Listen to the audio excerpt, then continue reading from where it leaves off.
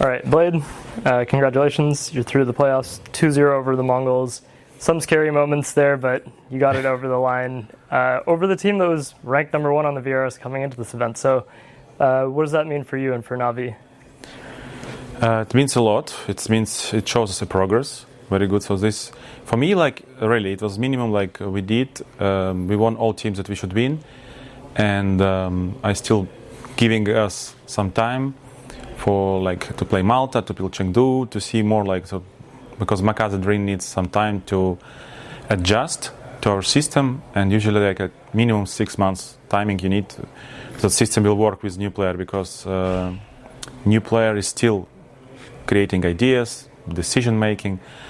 He has some specific like duties and roles to do that you need to make pretty sharp and crispy, not sloppy, and that's why it's very good for us this win overall. But I was expecting us, even if you lose, for me it was fine to on this event. I think all big teams here, I think nobody is missing, right? Mm-hmm. To be 2-3 should be fine, but we knew that they're not in the best shape now, so we knew that it's a good chance for us. Talking about makazze's development a bit, how's that come along? Because as you say, it takes a lot of time, but what have you noticed in the last couple of months? Let's say I don't believe in the thing that unexperienced player can play tier 1 CS the same as experienced players, which is obvious, but a lot of stuff is mything that you kind of used to expect. You know, you're expecting this to happen. For example, Mihai was playing this role before a lot of maps of Madrid, and it's for sure different because Mihai learned it also for a long time. Mm-hmm. We played a lot and constantly like improving, like adding this, adding that, and then eventually you come to a specific like model where like Mihai is speaking a lot, creating ideas. You know which ideas he can already know, which protocols in this situation, protocols in that situation, and now obviously Dream cannot just grab it from his head and do it. He needs also time. That's why like I think it can be any new player, doesn't matter. He will not be able to get so sharp unless somebody is doing this before he come here. I mean, to work with him so much that he will be so well prepared in all aspects in meta, knowing like variations on all his roles and so on and so on. So for now his progress is normal. He's just like a genuinely how it should be. Like a player from academy came and from tournament to tournament, improving match by match. And I cannot say this is something unbelievable is happening, and I think I will not surprise anyone with these words. I think we know that he can sometimes play bad, sometimes play good. But yeah, like he also is not red flag here, let's say. Okay. It's fundamental, or let's say like, essential problem when players without background. No, you cannot take players or invite them to the team with background. It's very hard because even if you do this, you don't know which background they had. I always speak about this, and it's a huge problem of CS because you need either to reprogram him to rebuild everything, or to teach him a lot of stuff. One of these. It's no chance that he has the same systems that you created.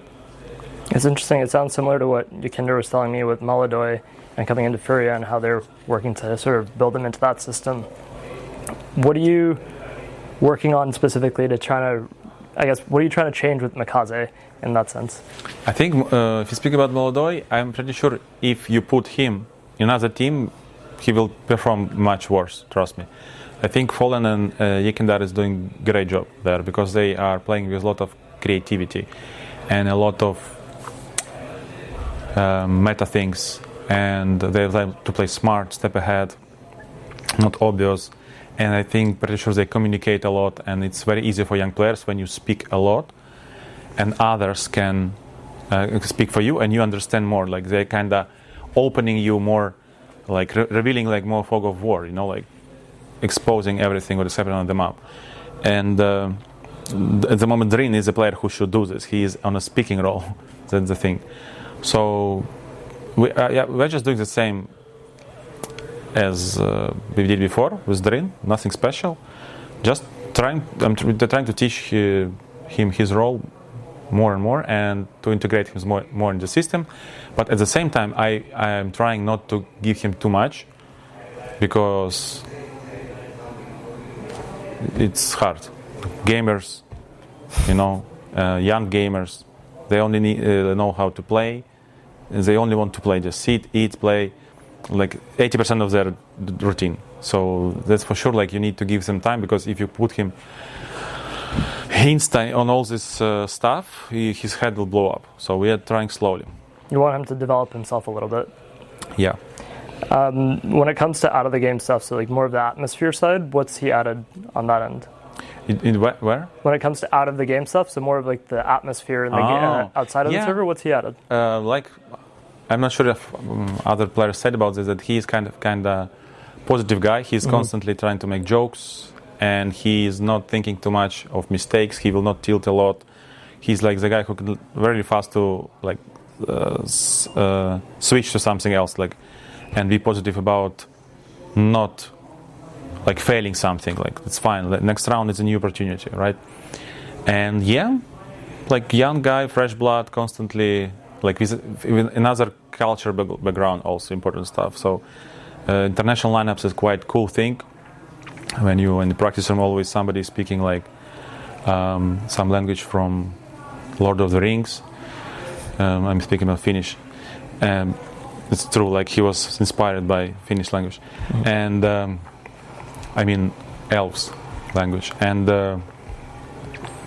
also Romanian. Different. This was before Lithuanian. And then if all they start speaking their own faced bugs, it sounds very funny. And now you see not the same language, something new, some new accent. So it's cool. And you said earlier that your expectation for the event, you would have been okay with 2-3. And something Alexei mentioned as well was that your confidence coming into the event was higher because of Star Series, but then those 2 losses that you took kind of brought that confidence down. What's the confidence at now that you've beaten the Mongolz and you're going to playoffs? Starladder was just a tournament to test us, to test ourselves. If you're gonna lose it, it will be a red flag. So it was the main point, obviously. You cannot get so much confidence from Tier 3 event.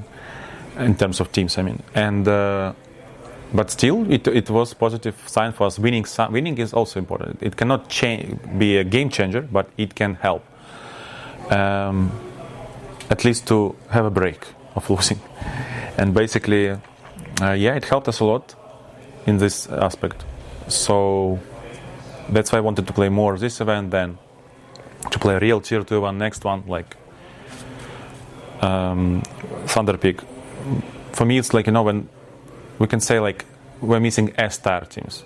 Then it's going to be Tier 1, obviously, if you have also S-tier.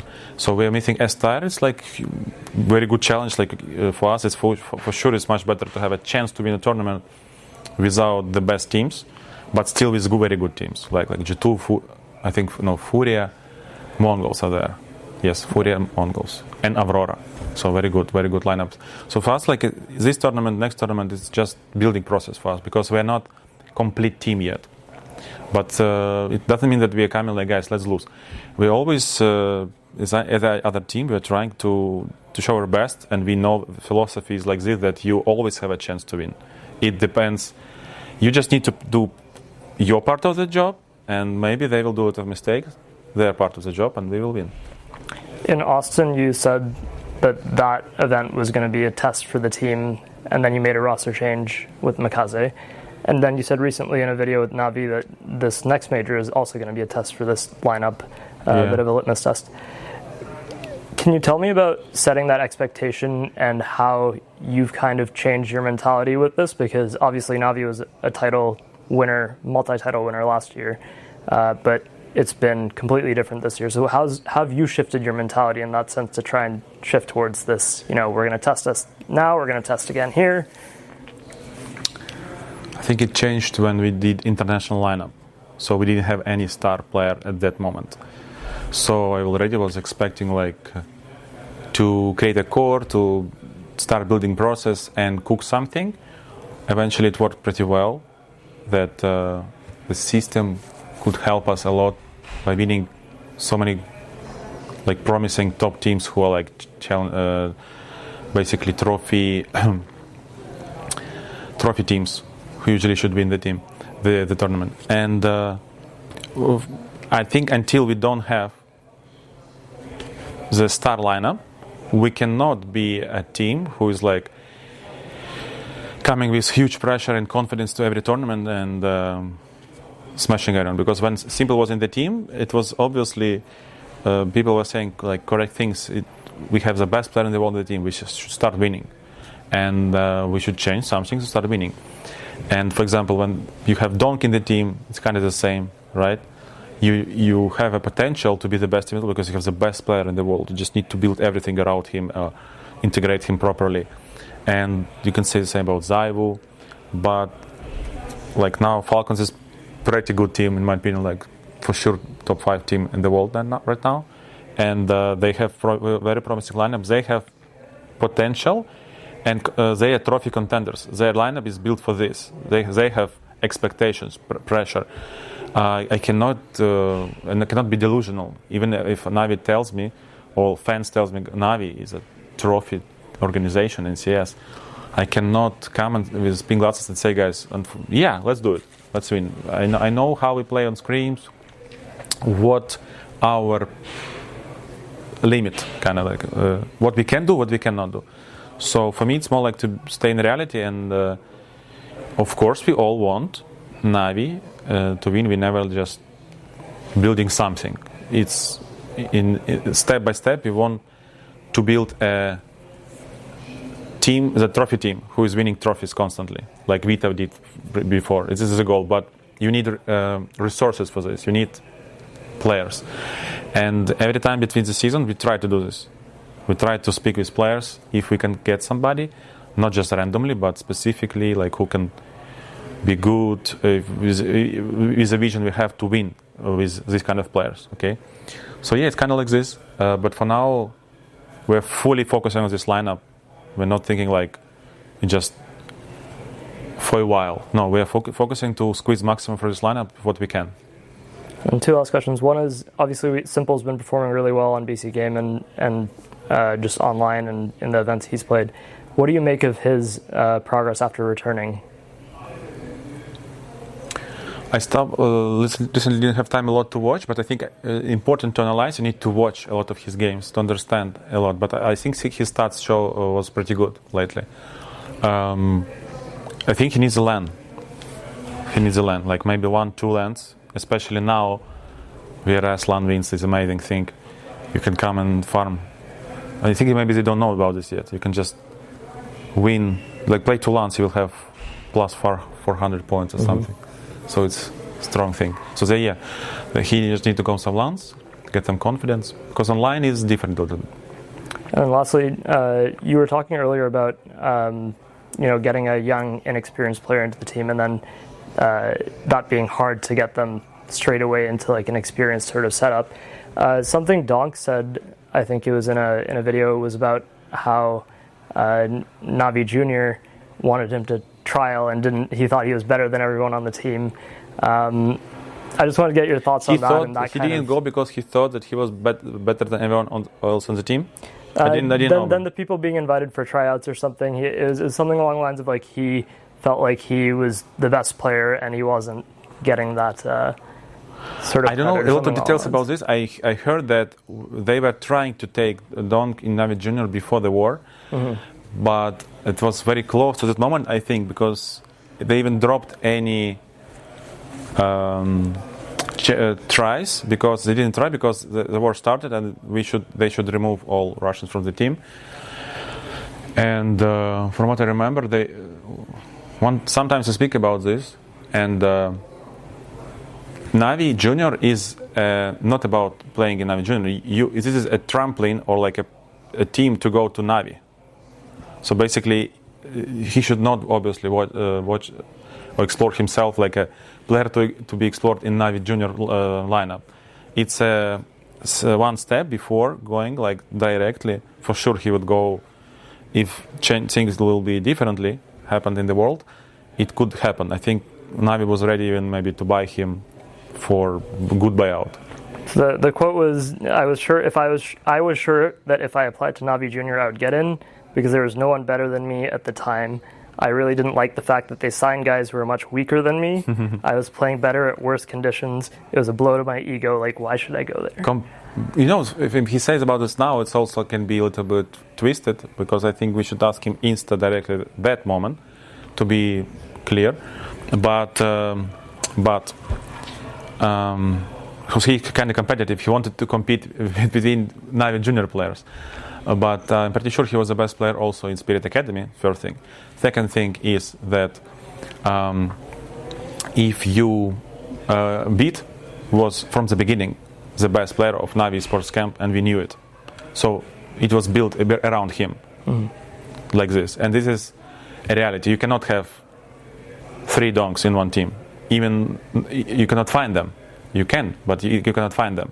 So basically, I think he's a little bit young, so he has his vision. But I think realistically, like I said, Navi Junior is a door to main roster. One thing. Second, I think you should always have some best player in the team, right?